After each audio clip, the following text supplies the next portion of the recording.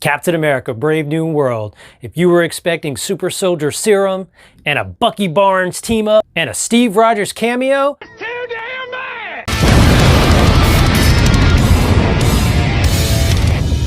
So Captain America, Brave New World is basically the story about Sam Wilson becoming Captain America yet again. And I say yet again because Falcon and the Winter Soldier pretty much covered that story. Now, of course, this is an actual full-scale movie with a higher budget and is able to flesh it out a little bit more.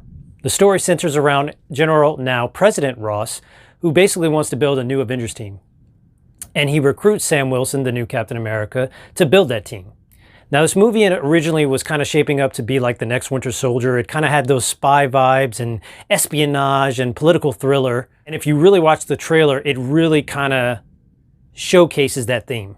However, the movie itself started out that way a little bit, but then kind of derailed and turned into a different movie. Now, if you're familiar with the comic books, spoiler alert, President Ross, but in the comic books, General Ross, ends up turning into the Red Hulk. Red Hulk is basically enraged, and when he gets angry, he gets set on fire, he gets really, really hot. It's kind of like Goku powering up, but he gets really, really hot. I don't know if it's like the heat of the sun, but it's really, really hot. So the movie starts out with Sam getting invited to the White House, and he brings Isaiah Bradley with him. Isaiah, of course, being a little like, no, I don't want to go. He eventually gets talked into it. He gets mind tricked and then tries to assassinate the president, and all hell breaks loose. I can only imagine what he was thinking. God dog it, I knew I shouldn't have listened to you, Sam Wilson. I told you I wasn't ready to be around normal people. And from there, it just kind of escalates, and we eventually find out that the leader is behind pretty much everything. Now, the leader in this movie is actually played by Tim Blake Nelson. Now, he was last seen in the Incredible Hulk movie. Yeah, in 2008. Long overdue return, dude. Of course, it's not his fault. It's Marvel's fault. They left us quite on a cliffhanger when he was when the Hulk's blood was dripping into his brain, and we're like, oh boy, he's gonna become the leader. Not for another few years, though. Look, it was great to see him back, but I feel like the look of the leader, I've seen some of the concept art, and they pretty much had it down packed as far as comic accurate.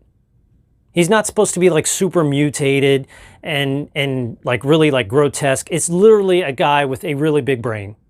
Think Megamind with a little bit more hair. That's pretty much him. And a little bit of, this right here. Except we got something that looks a little bit more closely to the Toxic Avenger. Now, I love Anthony Mackie. I think he did a phenomenal job as Sam Wilson. I've always liked him since his first appearance in Captain America, the Winter Soldier. I've always thought that after Captain America gave him the shield, he was a perfect one to actually lead the Avengers. However, I never thought he was a perfect Captain America. I always loved him as Sam Wilson, but then also as the Falcon. I never understood why they had to change him into Captain America.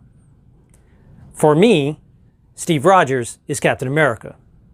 And even in the comic books, when Hawkeye is offered the shield after Captain America's death, he literally looks at Tony and says, there is no Captain America without Steve Rogers. Now, just because he says that doesn't make him right. But I always felt like whenever a name of a superhero is given to another person, it becomes a title that can just be passed around from person to person. Like the Hulk is Bruce Banner. Hawkeye is Clint Barton. Thor is Thor. So as the new Captain America, Sam gets a new vibranium suit from Wakanda. Basically, he unlocked the ultimate cheat code.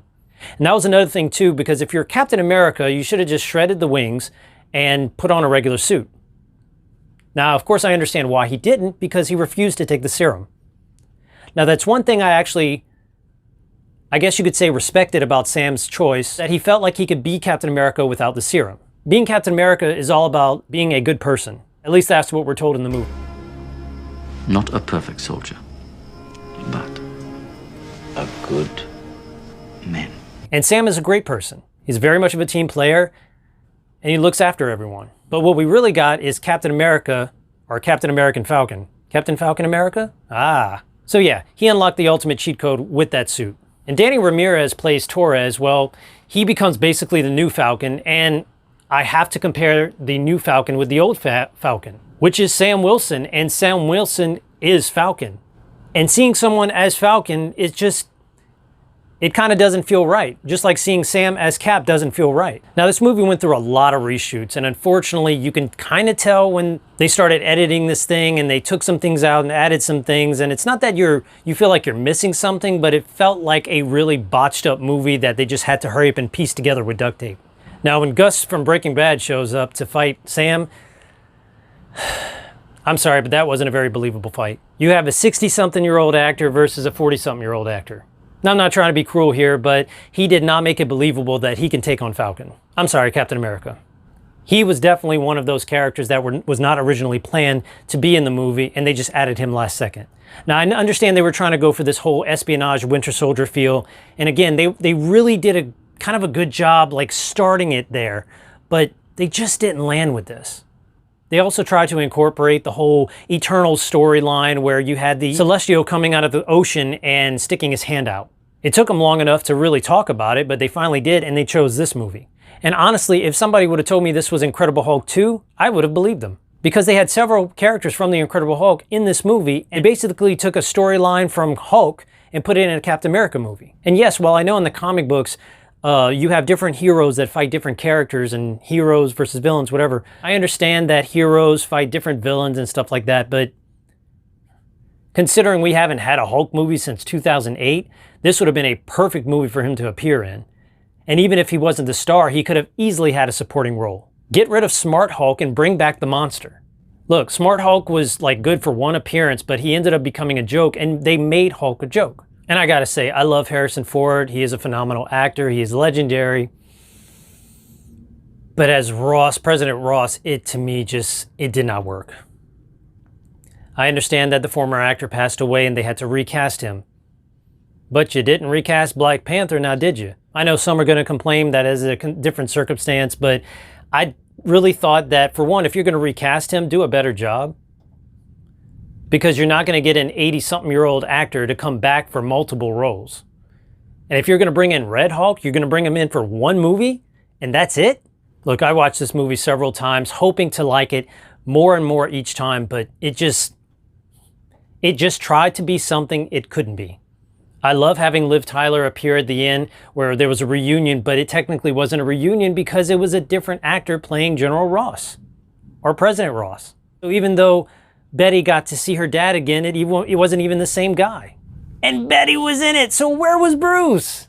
I don't know, man. I've tried to like this movie so much, and I don't hate it. I just don't really care for it. Marvel has been producing crap after crap after crap, and they have been ruining their reputation with each movie. Ever since the end of Endgame, everything has just been very lackluster.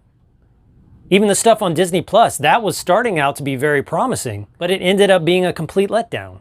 One thing I will say, with Sam being Captain America, he literally is a regular guy, so if anything, if any positive message, it kind of promotes the idea that anybody can be Captain America, whether he has a serum or not.